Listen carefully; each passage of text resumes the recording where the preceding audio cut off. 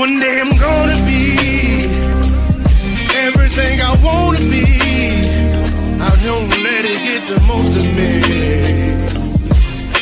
One day I'm gonna be free. I wanna be everything I'm gonna be. My future right in front of me. One day I'm gonna be free. I wanna be free. Then let me be free. One day I'm gonna be free. Mentally, physically, emotionally, spiritually. Yeah. One day I'm gonna be free. I'm standing at the crossroads. Feeling like a lost soul. Don't know where I wanna go, but all I know is I wanna be free. They're telling me to let it be, but that just ain't in me, no. Jealousy and envy, but all I see is I wanna be free. See everything I wanna be, exactly what I'm gonna be. Don't let it get the most of me. Eventually, I'm gonna be free. See everything I wanna be, exactly what I'm gonna be. Yeah. One day I'm gonna be free. I'm gonna be free. Let me be free. One day I'm gonna be free. Mentally and physically, emotionally and spiritually. Yeah. One day I'm gonna be free. I told them take their aim off me. Stop trying to get a name off me. If they would just let me be, I'm gonna be free. I told them take them chains off me and throw away the locks and keys. If they would just let me be, eventually I'm gonna be free.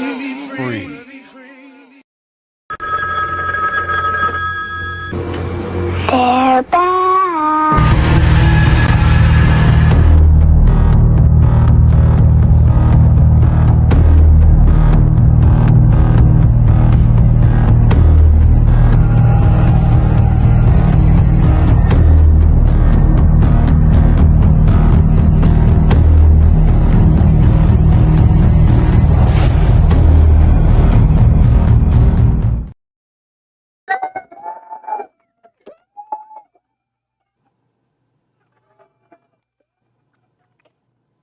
What up, though? What up, though? 7 days, and we're back again for another episode of The Dominant Effect. I'm Marsh Bishop. We got Mike Ball and Aaron Olinger. Mm-hmm. What's up, everybody? Glad y'all decided to stop by for another in-cap conversation that we're about to have this evening. But before we jump into it, like always, we check and see what everybody done over the week. So we'll start with you first, as always. Aaron, what's up with you? How was your week, brother? It was pretty good. I went out about 2 days ago, bought me four more of those 55-gallon water storage drums. And I went today over to Lowe's and bought the hoses, adapters, PVC pipes, the parts I need to drill them. And I'm going to make some more rain barrels, and I'm going to see if I can earn a little extra money by going to some people's houses and installing them for them. So it might be an additional revenue source for me right now, but I'm gonna give it a try and see. Man, I'm doing the exact opposite. I'm spending money while you're making money. That's a good thing for you, for sure. For me, it's definitely not been productive in the aspect of making money. It's definitely been about spending money the last week. I told you guys last week that I was dealing with the new engine that was being put into the car. That was done. I swapped out the windshield. Put a brand new OEM windshield. There was a crack on it. Very first day I got it, got a rock to the windshield. Handled that, and then now I got it straight piped 2 days ago, and now it's going. I got a whole JL sound system that's going to be installed Monday, and then last but not least on that whole thing is getting it cool air intake and a tune. But yeah, that's what I've been up to. So, Real quick, but you finally Blair. got it fixed, all right? Yeah, it did get fixed, and it wasn't on my dime, not on the engine aspect. Everything else was on my dime. You know what I mean? So, unfortunately. Real quick, we got Blair coming in with the 5 spot saying, movie night. Yes, sir. Contributing to the goal there. I appreciate you, kind sir. Well, my week's been the same. It's always busy. Of course, work like always, and then like I said, we're working on. We got a new project that we're going to be working on starting next month, but there's a lot of behind the scenes stuff that needs to be done. Casting, getting crew together, all this other stuff, locations, filming spots, stuff like that. I mean, it's a lot of stuff to do. So that's been keeping me busy. So behind getting off of work and then jumping right into something else, and then on top of that, doing the stuff that we need to do for the shows. It's a lot of moving parts that goes on throughout the week. So keeps me busy. But like I said, I thank God for it. So I'm just gonna keep doing it. So those of you who know the words of prayer, say one for me, because I'm telling you, I've been running myself. I've been running myself hard here the past few weeks. So we're gonna jump into this story, and I'm pretty sure some of you gonna know what I'm talking about. Some of you not, but we're gonna dig down into it. So, but today we're gonna be diving into a future that's already beginning to unfold, where cities aren't just places to live, but a vast network of sensors and cameras and algorithms is watching your every move. These so-called smart cities promise efficiency, safety, and convenience, but underneath that surface lies a dark reality: the rise of digital prisons, where surveillance becomes control and data becomes a tool to use to limit your freedom. How did this happen? And what does it mean for our privacy, our rights, and our future? So today, this is what we're gonna jump into, and we're gonna explore the hidden costs behind these quote unquote cities of tomorrow. So a lot of people may ask, like, what exactly is a smart city?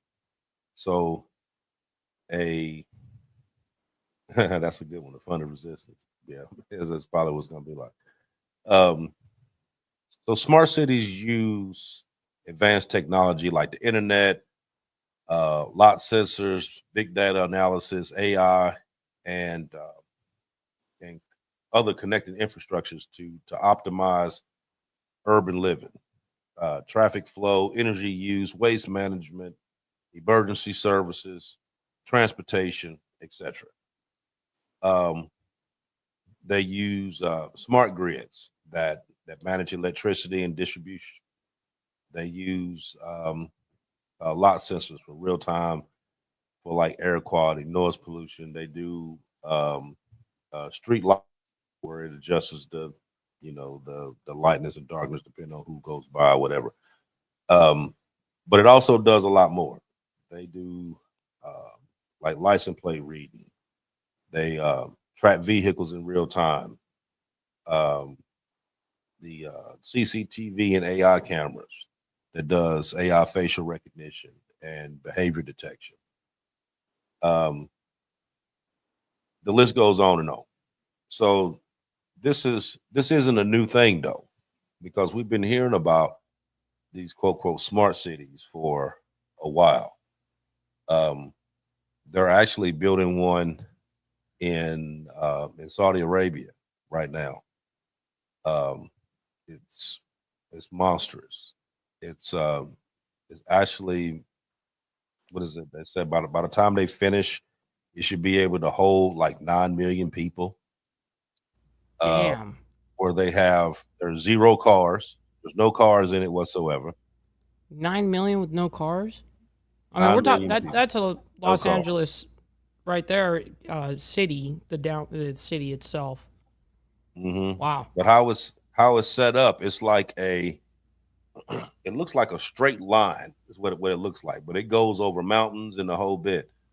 But they have it set up to where it's like on the outside of it, it's like a box. It's like a long rectangular box. It's mirrors on the outside of it that reflects the heat and all that. But it's just huge system that's that is set up inside of there. So it's not like a regular city that you would normally be in. Matter of fact, I got a video on it that kind of talks about this mega city. I want y'all to take a look at it. Nice. This is the biggest and most expensive project China has ever taken on Saudi Arabia's future city. With a budget of over $450 billion USD, this megacity stretches 170 kilometers, about 105 miles, through deserts, mountains, and canyons, standing 500 meters tall and 200 meters wide. It begins at the Red Sea and reaches deep into the interior of Saudi Arabia. The entire city is enclosed in massive glass walls that reflect sunlight and desert heat. It's designed to house 9 million people, powered entirely by renewable energy, solar, wind, and hydrogen. No cars, no roads, 0 emissions, 0 pollution. Transportation will rely on AI-powered drones and a high-speed underground rail system reaching speeds of 310 miles per hour, 500 kilometers per hour, meaning you can travel to any part of the city in under 20 minutes. The upper levels are residential, the ground level is entirely green and pedestrian only, and underground lies a full commercial and logistics system, including the transit network. Originally announced in 2017, many thought it would end up like Dubai's failed World Island project, abandoned after the 2008 crash. But now, with the Saudi royal family turning to China to build it, the story may be different. The city is expected to be completed by 2030. If successful, it will be 3 times the size of the Netherlands and may change the way we think about cities forever. Man, $450 billion ain't enough for hydrogen and wind, just for energy. That's a huge cost. It's probably $450 billion just in energy. Right, you would think. Now, like when I seen that, I was like, okay, so, but I've seen many things that they have been talking about building that for the past couple of years, that they've been talking about doing that. Yep, I did a show about it about a year ago, right when I moved here. I did a whole show on these smart cities, and it was a radical concept then, and it still is radical now, but it's totally obtainable by these countries and even us here, you know. Right, and you know, like here, they're actually trying to put a lot of this stuff in here, but you know, they're doing a lot of the high-speed rail systems and all that stuff. Mm-hmm. But there were, but from what I gathered, the government has actually been giving these actual states, U.S. states, anywhere up to $400 million to put in this smart city initiatives that they've been doing, and a lot of it consists of like a lot of the camera, the CCTV, the you know, like over in California now, how they having the remote cars where they use them for like taxis and stuff now. Have you seen those there? The remote cars? Yes, I have. I've been hearing about them. Yes, they've been doing that. Like when they first started, they had some issues with them because like some of the cars would just pull over and just stop, or wouldn't run, or then they had some issues with them running into like just random stuff. But I think they went through and kind of got a lot of that stuff worked out to where it's you know, it's actually being used. They actually have semi trucks that's Yeah. running the highways right now. That's just AI powered, which I think is scary as hell because I wouldn't, I mean, I don't know how that would be trusted for real. You know what I mean? I really don't. But this is stuff that they're doing, and then you have like a lot of these tech giants like Palantir and Google and IBM that's been collaborating with a lot of these governments to build and operate these surveillance platforms. You have what's that one? Sidewalk Labs that's in Toronto. That they had this whole planned extensive data collection thing, but they ended up getting a lot of backlash, from the people in Canada because of privacy concerns, and then they ended up canceling the project because everything from your utility meters to your phone data, your public Wi-Fi usage, transmit cards, biometrics, social media, everything gets gathered. Totally. And sold. Right. Which would be like, to me, I would think that would be like a clear violation of your privacy. You know what I mean? But We accept but all all those the- rights. We accept Yeah. them. Scroll Right. down, accept service. Damn, dude. exactly, and that's generally how they get you. You know what I mean? When you jump on a lot of these apps and stuff, you're not sitting there reading what all's going on. You just hit accept True. so you can get into it, not realizing what you actually giving away. You're giving them permission to go through your stuff. You're giving them permission to know your business, and when they remember back last year when they passed that Restrict Act, that too opened it up On a big scale. I mean, Right, we thought what was it, the Patriot Act? We thought that was like bad, but the Restrict Act is that times 100. Yeah. But they can basically go through anything. They can go through anything that you own that has Wi-Fi, Bluetooth connection, whether it's Or a audio, camera. video, whatever, anything, all the way down to your doorbell ringer, Your TV, and all of watch every single thing that you're doing, listen to every single thing that you're saying, monitor your phone calls, all of that. And if they're hearing you, say or do something that that you ain't supposed to be doing, show up at your crib. It's crazy when you think about it because, like I said, when something like that happens, the first thing that you say is, you violate my rights. You violate my right of privacy. But, actually, you really don't have any privacy, man. That's out the window. it. Yeah. You don't have the right to privacy anymore. Right. I mean, that's whole. Even in your own home, no privacy. Mm-hmm. So when I called it, when I was doing my opening, I was calling this a digital prison. When I actually looked it up, it actually gave a definition for it. I just said it. I just said digital prison. But when I looked it up, it actually gave a definition, and the definition that I got was a system where citizens' movements and actions are interacted and constantly tracked and controlled through digital tools, limiting freedom without physical barriers. That was pinpoint accurate. Right. So some of the examples is we have one called geofencing. That's where authorities can restrict or monitor people's presence in certain areas using GPS or cellular data. You have What's an automated- example of that? an example of that would be where, say, like for instance, they've been listening to a phone call that you were on, and depending on what you said on there, they begin to track that call. So they can go through and pull up your GPS location, track where you are, and just basically do surveillance. Right. I mean, and the Restrict Act gave them that access, right? Correct. Or was there access before? There that? was actually something before then. Okay. There was some actually doing the Patriot Act that they were doing it. It wasn't as far as GPS at that point in time. It was more just They recording, triangulate saving. your call from the towers or whatever. Right. Yeah. Like during that time though, you gotta think like during that time, cell phones, like we had cell phones during 9/11, but they wasn't as advanced as it is now. So they were able to track you, dealing with the towers, you know what I mean, seeing what area you was at that you pinged at and be able to kind of put you in a generalized location.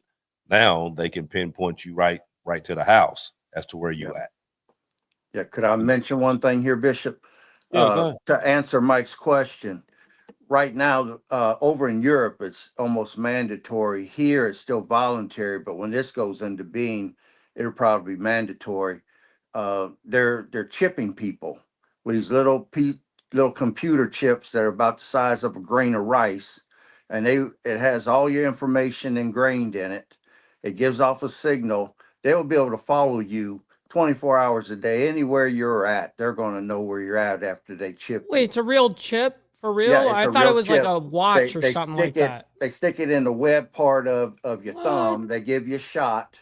That chip goes in. Now, some of the CEOs has it, and there are some jobs here in the United States that has it where you just wave your hand over and the gate will open up and let you in, and it clocks you in for work, and you wave your hand over the panel and it clocks out there. That's already going on. So when this goes into being, and when they said limiting freedoms without physical barriers, I mean that video that Bishop just showed, the guy was talking about the glass walls that will block out heat and everything. I mean, what are we, under a dome now? I mean, a cage is a cage. I don't care how fancy you make it, it's still a cage. And they said physical without limiting freedoms without physical barriers, that is a physical barrier. And you're locked within the dome, and they're tracking you all day. Every movement you make, you're being tracked. Mm-hmm. You're right. So Now they also had on here about was talking about automated fines and penalties that was delivered by AI for like offenses like jaywalking and littering, which a lot of that goes back into, we was talking about the social credit score. Mm-hmm. And then those restrictions have access to like services, public spaces, where it gives you like a digital score where it's like monitoring your behavior. Would they have to pass legislation to do some stuff like this? Because, for instance, like when you get those on-camera tickets by law, and I may be talking out of my ass here because I'm not speaking from experience. I didn't actually, this is what I've heard, so I'll just put it out there like that. Anybody can correct me. But going and, oh, fuck, I forgot the exact point I was getting to. Damn it, I hate when that happens. Anyways, sorry. I'll remember here in a second. It happens all the time. Happens. Just lose it in the middle of it. Yeah, it happens. well, I'm gonna say this: you're not gonna be able to opt out.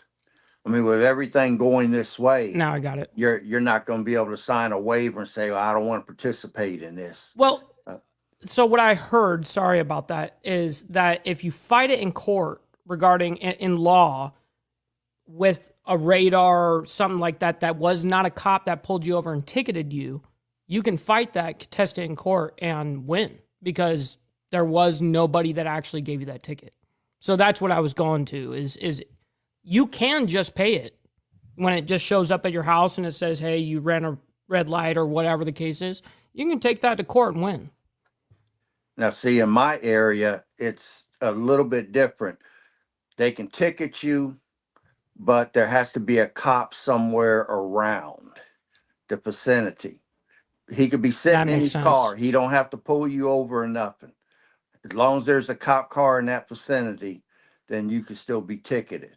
And see, up in Columbus, where I do the gun show at on the fairgrounds, they have the license readers right there. As people are coming in, they're checking the licenses to see if anybody's got a warrant.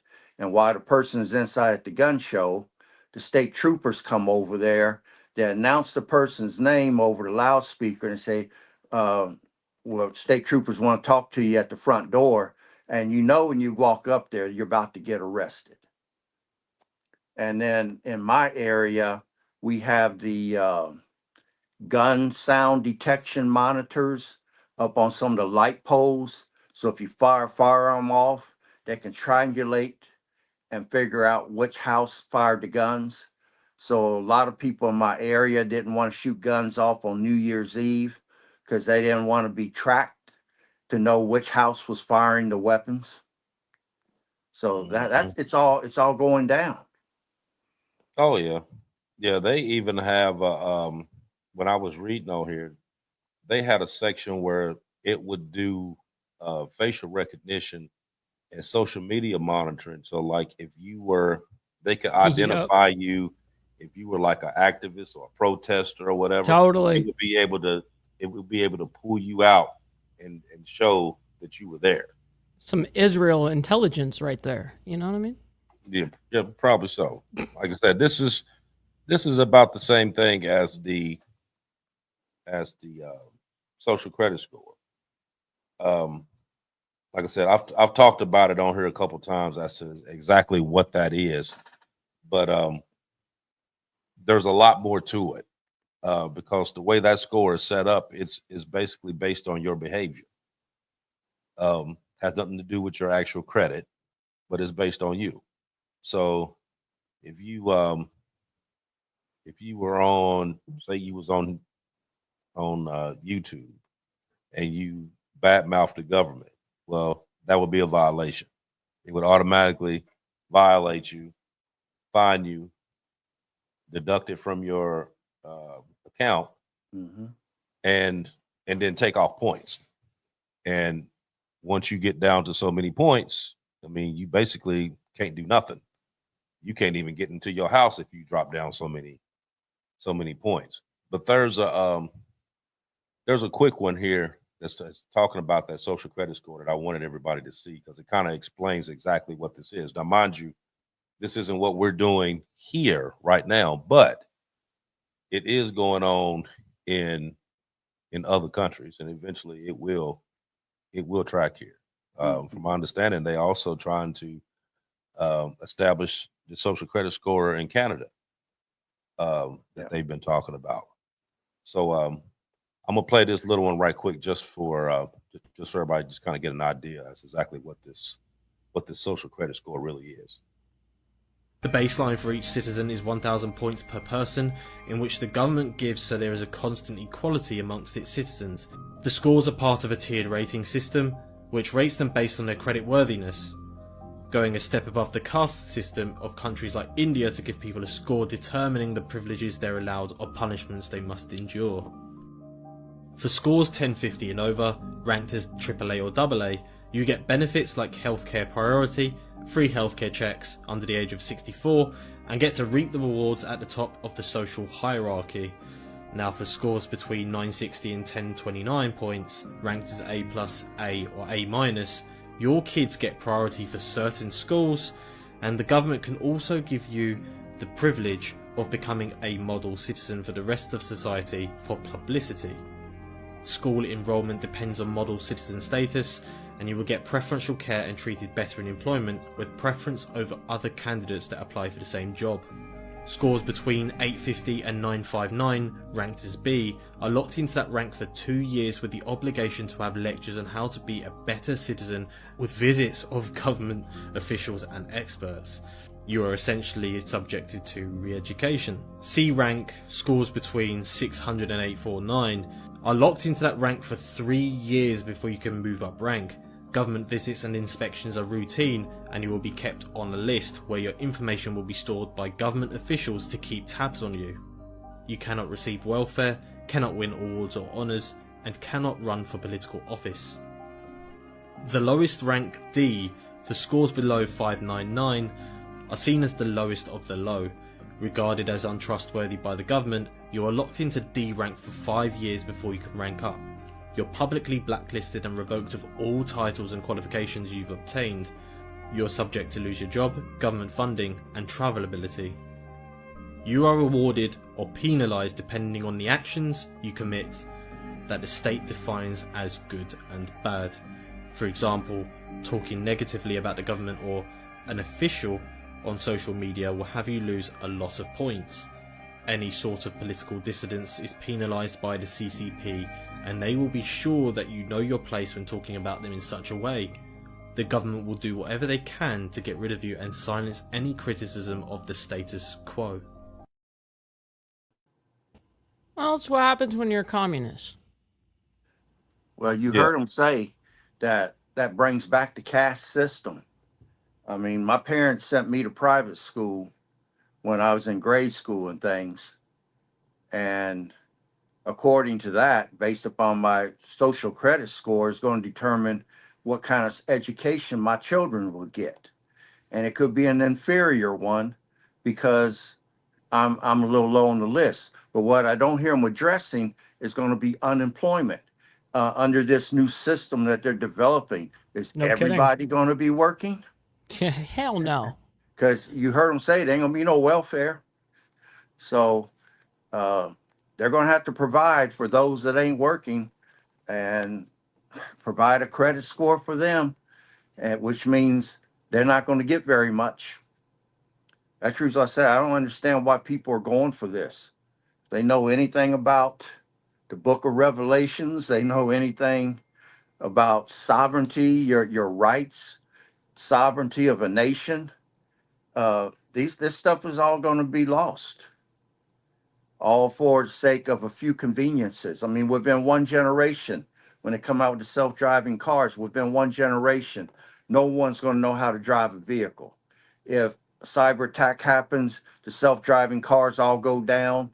Everybody's going to be looking around like, how we drive this thing? How do you start it? It's making us dumb because we're relying on technology to make every decision for us. I mean, what's the point lifting weights and conditioning for your job or conditioning for sports or doing any sort of conditioning when you don't need it? Are we in Because this phase right now? AI is going to make it all convenient for us. This is kind of like the start of watching all of this, isn't it? Like we're watching AI Yeah. come out, roll out. But autonomous things. overseas, it's more the main thing. Because overseas, True. in some of them states, you have to be computer chipped at birth. That's They crazy. don't have that here, but it's coming here. And when Bishop shows that map of them states, you're going to be really surprised because I know I was. There's a lot of these countries say just like China and over in Australia kind of adapted over this. It's kind of moving this way. Now, like I said, I seen a thing today where it was talking about that Canada has also started to adapt with some of these practices. I didn't get to see exactly which ones that they were doing, but I did hear that Canada was going to start this smart city initiative. My question is that it's like, okay, I understand that with technology you have to adapt with it as you go. I get that. Can't help it. But I'm also a believer of if it's not broke, don't fix it.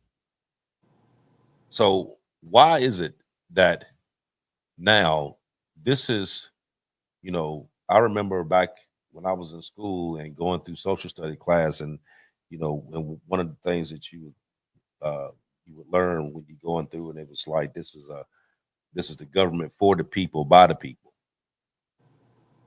Why is it that that they need to know every single fucking thing that you're doing? Why is that important? Why is it that we got to have smart streets where it's identifying people as they walking down the street? You know what I mean? Now, I understand if you're doing something you don't got no business, that's one thing, because there's cameras everywhere. So really, you really can't do too much and get away with it nowadays because there's cameras everywhere. I get that. But just for the average person, why would you need to know all my business? You know what I mean? That doesn't make sense. I mean, why would you need, like you would actually literally feel like a prisoner, even though you walking around, but you're still a prisoner because you are constantly being watched. You know what I mean? And then just like what they were saying on here, if you got on there and you bad mouth the government or whatever, because you know here in the US, we always bad mouthing the government. We always doing that. So I guess everybody would lose their damn points. You know what I mean? Because everybody talks shit about the government. We just do. You know what I mean? We talk shit about everything. They Talk even shit about them every day. right. They even had things on here where if you were on social media and you said something about someone else that wasn't true, you would lose points on your social credit score. Like, damn, That's crazy. I mean, like, how nosy can you be? Seriously, On how a nosy can personal, you be? yeah, like this is between Right. me and him. Right. Like, I can't say nothing. You know what I mean? I can't say nothing. I can't express my feelings. I don't got freedom of speech. I don't got freedom to do shit. I might as well just sew my damn lips shut and just walk around. You know what I mean? Because I'm not getting anything. I can't say anything, or it's gonna go against me in some kind of way. You know what I mean? But another question that I'm asking myself is that who actually owns all this data that they pulling up? Is it the government that owns this data? Is it these companies that's coming up with all these different programs and algorithms and all that? Who actually owns this It's stuff? got to be the government when it's reduced. It's got to be. You know, maybe after these third-party companies purchase your data, then it's probably in that crazy long contract when you accept shit that it's eventually, you know, it's by or monitored by the government or whatever. It's got to be. Yeah, I have no clue. Like I would think it would probably be a mixture between the two. That the you know, like they would collect it, and then there has to be a like some kind of like integrated server or something to where it's fully accessible for the government whenever they want to use it or whatever. But it's basically like this program, but they're using it. I mean, I don't know how it's set up. I just think it's wrong altogether to be, you know what I mean, for somebody to be that much into your business. You know what I mean? Like, I'm still not understanding that. You know, like why go through all that? I mean, technology can advance and do whatever it wants to do, but it don't need to know my business in order to do it.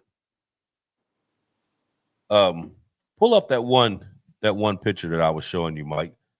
Yeah, I got it right here. Now these are all the states that are currently right now receiving money from the government to start this smart city stuff. So wherever you at right now, like Aaron, you in Ohio, so you got Akron, Canton, Cleveland, Columbus, Toledo. Let me see, you in Alabama, Mike. So you got we got Birmingham and Montgomery. Both of them. I'm surprised that there's one city above us that's really big, just almost as big as Birmingham. It's actually growing faster than Birmingham. It's Huntsville, Alabama. I'm surprised that's not on the list because that's like the big money spender and all into technology. But it's two major cities in Alabama.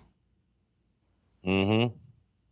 Now these are just the cities as of right now that we know of that's participating in this smart city initiatives, challenge, whatever we want to do it, however you want to call it. But like I said, when we sitting here talking about this, like I said, a lot of people don't even know anything about this.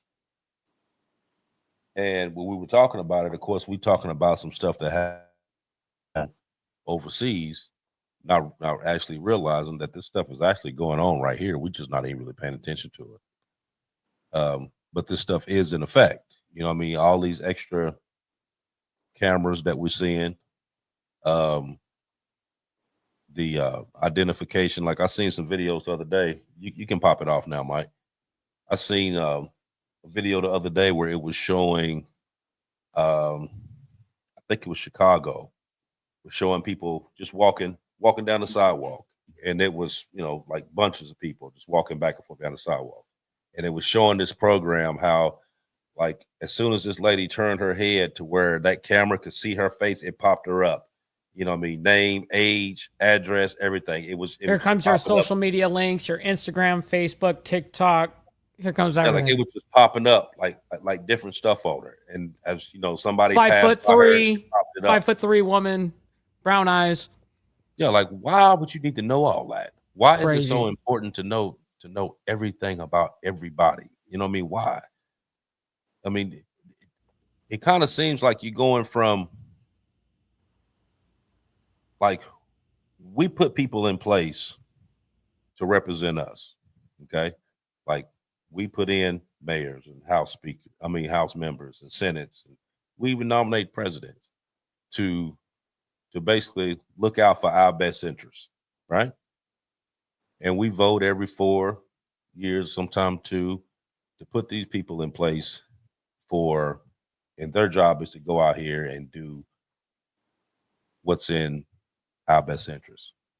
Now, please tell me, why would them knowing all my business, them when I'm walking down the street can be able to identify who I am? And even if you had your back turned, they got an algorithm that can sense the way you walking and still be able to tell who you are.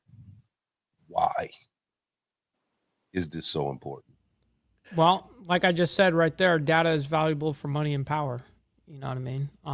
And that goes for not only data mines and all that kind of shit, but it goes for the government as well.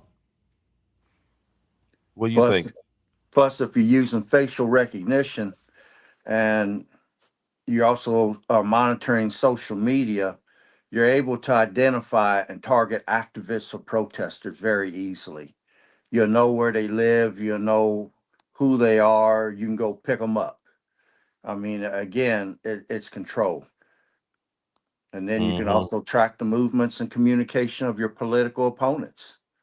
So whoever it is that controls the data can actually change AI to carry out their agenda. So it could be done for good or it could be done for bad, depending upon who's controlling the data and what they're inputting into AI. Okay, now would this be? This is a question for you, Aaron.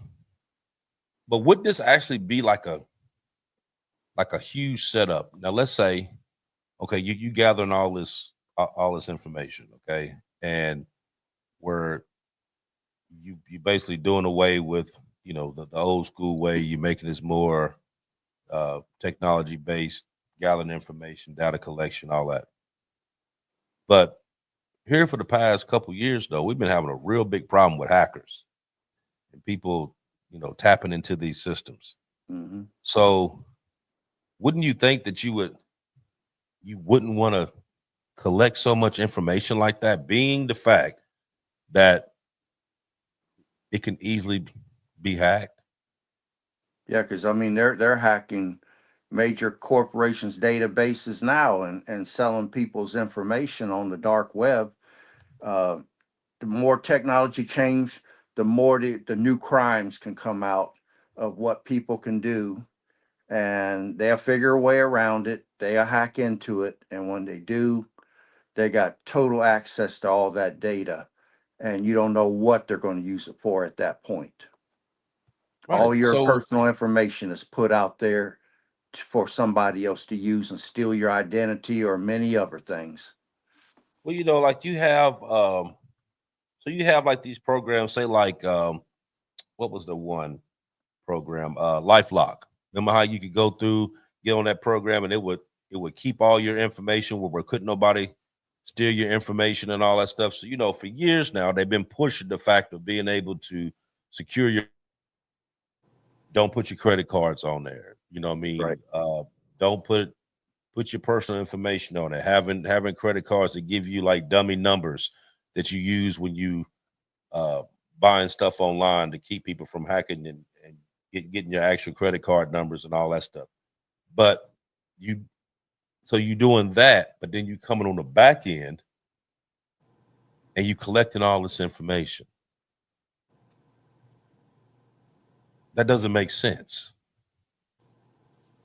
So why would you tell us to do all this stuff to protect our information, to keep people from being able to jump into our computers and phones and credit cards and all that stuff, to be able to keep from your stuff being stolen and hacked, etc. But you also got all this stuff in place to where you can basically monitor everything moving, everything. Not only monitor, but AI can predict your responses Yes. based upon the patterns and habits that they see, and it detects in you. It can predict everything. And then they claim one of the benefits for having it is it can allocate law enforcement to areas that they would consider to be higher crime, or a crime that they think is about to be committed. But I would have a problem with that, because if I have a certain amount of police presence patrolling through my neighborhood and certain times of the day, that presence is going to be pulled. Sooner or later, the criminals are going to see the pattern, and they're going to start hitting the areas with the lower police presence. So to me, this is pure speculation. It's conjecture. They don't know for sure. They're hopeful that it's going to do all these wonderful things. But then what are people willing to give up? Their sovereignty, their freedom, their privacy. Is it worth all that just for an ease of convenience? And I would say no. Hell no. Yeah, because that's exactly what you're doing. You basically giving up everything. You know what I mean? Like nothing is yours. Right. You know, which kind of goes back to one of the things that you kept saying that they were talking about with the WEF, that you will own nothing and be happy for it. Right. That's kind of what all this really is. You know what I mean? It's like it's one little thing at a time. Yeah. To where eventually you have nothing. You know what I mean? And, You don't even have your own identity. right. And we showed that in the last show when we put up that chart that showed how the middle class was being attacked. And even Mike said, I thought the numbers would be higher. No, it's the frogs in the pot.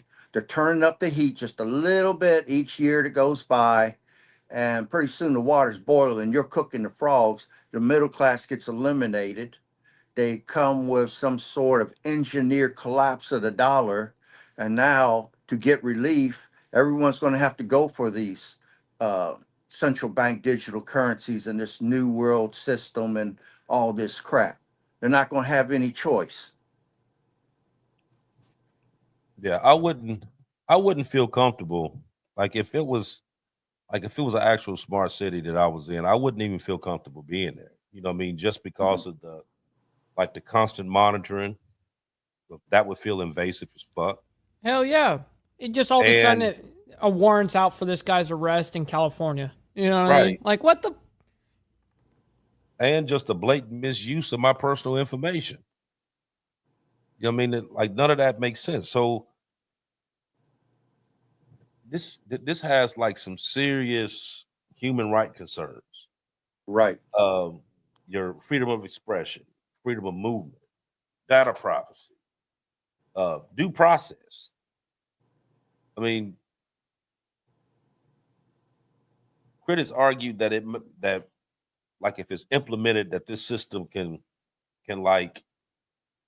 quickly lead to like a totalitarian control type deal, which it actually could, because they own everything that you have, especially where there's no checks on who sets the rules and how this data is being used, because you have no clue what they're doing with it. It ain't like they giving you as to what they're using your data for. They're using it for whatever. You have no clue what they're using it for. Yeah, that don't work anymore. That's about to be done. Yep. You know, like you would think that this would be like, okay, so you got the privacy laws. Then you know there's going to be some type of government overreach or abuse. You know that's going to happen. You got a risk of false data, unfair blacklisting, that could happen because you see on the one video, you know what I mean, they can completely blackball you from everything. Bro, it'll mean, say just from- he's not allowed in bars anymore. Right. Period. Like, And all you of a sudden, the can't buy bar's food. camera just pops up. They don't even tell the bar. It's going straight to the government. They just show up, arrest your ass. Yeah. Then you got the I mean, I could say this one. I know Mike, you understand this one. The whole algorithm bias thing. You know what I mean? That happens all the time. It happens on both sides. It happens all the time. It does. And then Just depends who is in power at the time. That's really right. what it is. And then, like with the social score, I was thinking that when I was thinking about that, it was like that seemed like you had like a 2-tier society, like the trusted versus the untrusted, based on what the government felt, whether you were trustworthy or not. You know what I mean? So how could you go by an algorithm, or for the fact that, you know, I'm not going to go to the top of the street and walk across like everybody else. I'm just cut between these cars because I'm not doing all that extra walking. And my score is down low because I was late on a bill, and I jaywalked a few times, and, you know, I may have said F the police a few times, and now my credit score is shit, and I can't get a pack of Skittles on credit. Not only that, Fuck as 12, an by the way. elderly But person, just, yeah. well, let me say this: as an elderly person, according to your credit score, from what that guy said earlier, that's going to affect your quality of life. It's going to affect your education. It's going to affect your health care. So you mean if I got good insurance right now and I can go to the best hospital and get cured, if my credit score is low, now you're going to designate a low income hospital for me to go to that the care is going to be crap? I'm not comfortable with none of this. That's the reason why I know they got to get rid of my generation. And then some of these young guys, they'll go for this crap. But no, hell no. Mm-hmm. Yeah, I had I wrote up a cons list just for the cities here in the U.S. that we've seen on that list. So I wrote up how many of them is it here? Not that many. Like 5 or 6. So here's my con list. See, I'm gonna read through all of it and then see if you agree, disagree when I add something to it, whatever.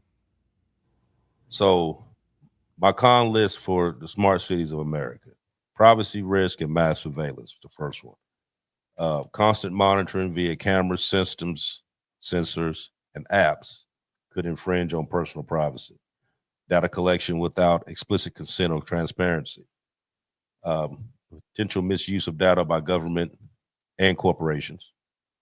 Those without access to technology or data literacy could be left behind. Risk of creating surveillance have and have-nots with unequal freedoms. Marginalized communities might face disproportionate targeting or exclusion. Increased risk of cyber attack and critical infrastructure. Data breaches exposing sensitive personal information.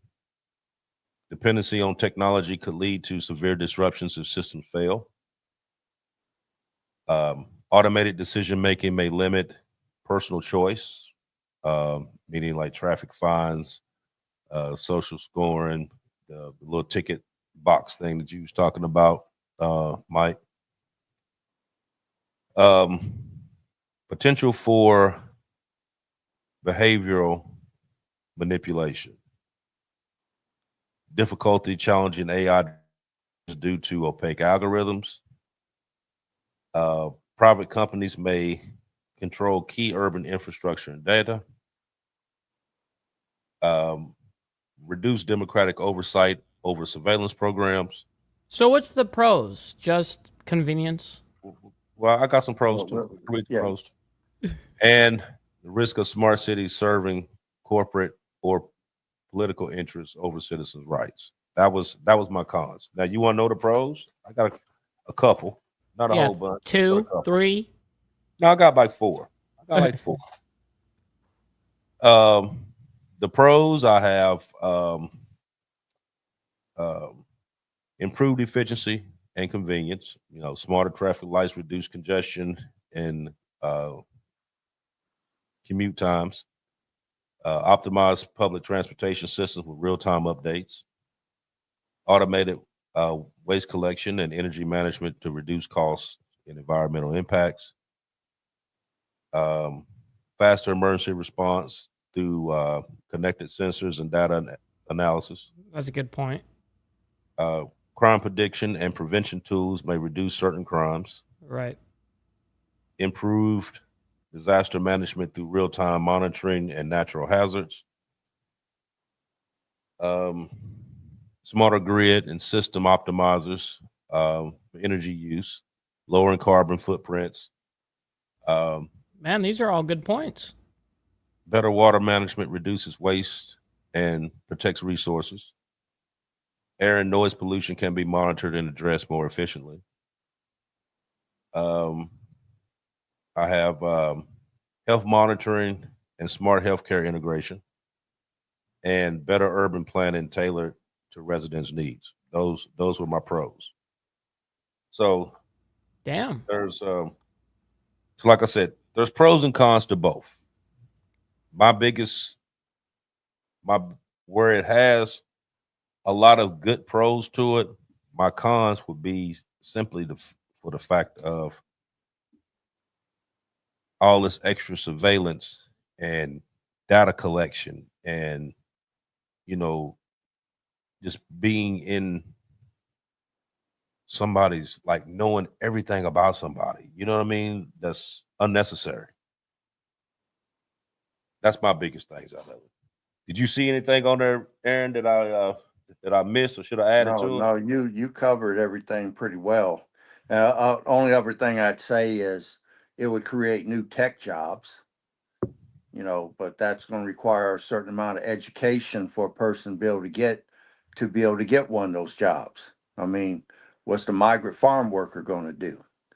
When they talked about things going against certain communities, I mean, whoever's controlling the data could target Mexicans, they could target gypsies, can target migrant farm workers, any political party, ethnicity, or anything that they don't like could be programmed into AI, and AI could reduce their credit scores, limit their movement, prevent access to certain public areas. I mean, it could make their life a living hell virtually. So, I mean, who's going to be controlling the data? That just scares the hell out of me. Yeah, But there's I'll stop there. there's a lot. There's a lot dealing with this. Like I said, there's pros and cons to it all. I mean, like, would it help in certain instances? Yes. Like I said, I don't agree at all with them, with all the data that's being involved in that. I don't agree with that. This is like this, like I said, the smart city, the 15-minute cities, they're all basically the same. There's two or three different ones, but they're all the same thing. They're all set up under the same precedents that for control. That's it. You know what I mean? They don't want 100%. you to have. They don't want you to have cars. They want you to be within a radius that they know where you're at. That's why I would never buy an electric vehicle. I mean, personally. Yeah, actually, with some of these places that we was looking at, even with the one that they're building, like, there is no vehicles. There's none whatsoever. You walking, you know what I mean? So, Or you're staying in one building, like you were saying behind the scenes. there was one where they had that one building where you lived. You live in the Everything's building. there. You went to school there. You went to the grocery there. You went to the gym there. Like, everything was in that building. You did not have to leave that building. That's crazy. Yeah, it's crazy. But I'm gonna say guess- this, Bishop. Go ahead. People, when this goes down, People that are like living off grid right now, living their life up in the mountains somewhere, mind their own business, that activity is going to be all illegal. Probably growing your own garden, anything that shows independence or independent thought is going to probably be illegal, because everything you do has got to be for the collective or the hive or whatever you want to call it for AI, because the computer is literally running your life. I just don't agree with none of this, man, but that's one man's opinion. Yeah, you're right. You know, I think my closing for this would probably be, let's see. I would say that smart cities could revolutionize how we live. Cleaner air, faster transit, safer streets, so they say. But without careful oversight, they risk becoming digital prisons that monitor, score, restrict citizens in a way that only we just starting to begin to understand. The technology itself isn't evil. It's the people that use it and how they choose to use it. So I guess the real question would be, who will shape these cities? The people who build the walls, the code that protects the privacy and the freedom, or the people that's inside these cities? So I would guess that the future is being written now, of course, and it's up to us to make sure that this future is worth living in. Because bottom line, it should begin and end with us. Yeah. So that's going to be my closing for today. As always, I appreciate everybody that comes out and watches. Like, follow, share, subscribe on both sides.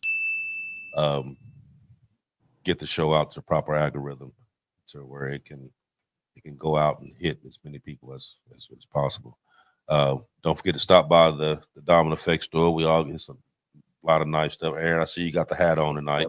Yeah. A lot of good He stuff on does. there. Go on and check it out. You got the information on the bottom, or take your phone and scan that little QR code right there to take you right to it. We appreciate everything that you guys do, from the super chats to the comments to the likes. It all means something, and what we're trying to do is get this information out one person at a time. So not only do we give it, but we ask that you share it as well to people who you think needs to know this, because at the end of the day, we all gonna need to know, because all we're gonna have at the end of the day is gonna be ourselves. So go ahead, Aaron. Okay, I'm gonna go with a little history lesson here and refresh people's memories. Back when the Europeans came over here to colonize the United States, they came over here because they was tired of the caste system. They wanted to own their own land. Every man's house was his castle. That's the way they believed. And they was willing to fight the French and the British and kick their asses up out of here so that they can have the right to own land, have freedoms and things. And what are we going to do? We're going to forget the past, and we're about to repeat it in the future. And I hope people realize that this is totally wrong and don't go for the okey doke. And with that, I stop. With that being said, ladies and gentlemen, make sure you guys hit the like button on both sides here. Make sure you guys, if you're on my side, go over to the Diamond Effect podcast over there on YouTube. And we have the obvious website to go to where there's merchandise, which we're going to play here at the end. With that being said, stick around. If you guys are on my side, we're going to be raiding our buddy Jake. So make sure you guys let him know we're coming through with the raid, man. So much love, honor, respect, everybody. We'll see you guys in 7 days.